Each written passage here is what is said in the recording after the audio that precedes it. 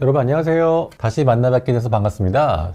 건강하고 아름다운 코를 만들기 위해서 항상 노력하고 있는 스페셜 이비인후과 코성형 클리닉 박지열 원장입니다. 여러분 다시 만나뵙게 돼서 반갑습니다.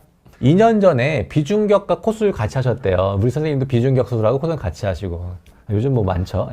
1년 전에 염증이 심해서 실리콘 뺐대요. 만약 재수술하면 또 염증 생길까요? 라고 물어보셨습니다.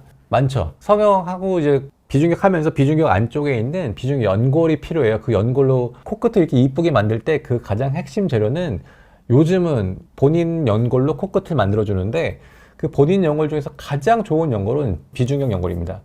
귀 연골 너무 얇고 힘이 없어요. 양도 적고 흡수율도 좀 높아. 그래서 귀 연골도 모자르면 뛰긴 뛰는데 얘가 메인은 아니고 코끝 성형할 때 가장 메인은 비중격 연골. 뭐 늑연골도 가끔 쓰는데 그건 수술이 커지죠. 가슴도 열어야 되고 비용도 더 많이 들고. 그래서 보통 비중격 연골을 많이 빼서 쓰는데 코끝은 이제 본인 연골을 하니까 예전보다 훨씬 더 염증률이나 구축이나 이런 비율이 훨씬 줄어들었어요. 코끝 성형은 본인 연골을 하게 되니까 확실히 합병증이 줄었는데 문제는 콧대가 낮으신 분들은 콧대 이렇게 높여줘야 되잖아요.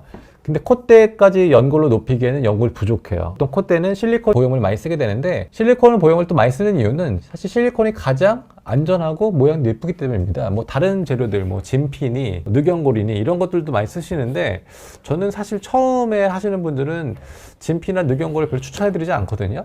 흡수율도 너무 높고 모양이 이렇게 예쁘지도 않고 또 나중에 문제가 생겼을 때 제거도 어렵고 통합적으로 봤을 때 가장 만족도가 높은 거는 실리콘이라서 처음에 실리콘을 이제 콧대에 쓰는데 콧대에 실리콘 넣는 거는 코끝에 넣는 것보다 훨씬 안전합니다. 문제가 생겨서 빼는 경우가 그렇게 많지는 않거든요.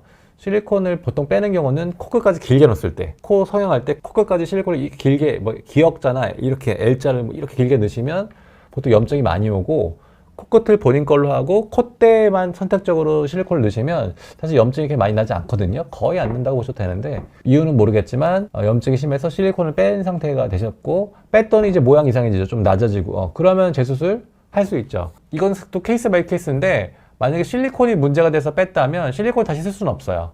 실리콘을 다시 쓰면 안 돼. 그럴 경우에는 제가 이 세컨더리로 보통 쓰는 것들이 진피나 뭐 늑연골입니다. 그래서 처음 성형하시는 분들은 1차로 콧대를 높일 때는 실리콘이 제일 저는 좋아요. 제일 부작용이 없어. 제가 해보면. 근데 난 진짜 운이 없어서 실리콘을 빼게 됐어. 어떤 이유든지 간에. 그러면 다시 할 때는 실리콘을 또 쓰시는 건 안 돼요. 그럴 때는 2차적으로 이제 진피나 늑연골로 가야 되죠.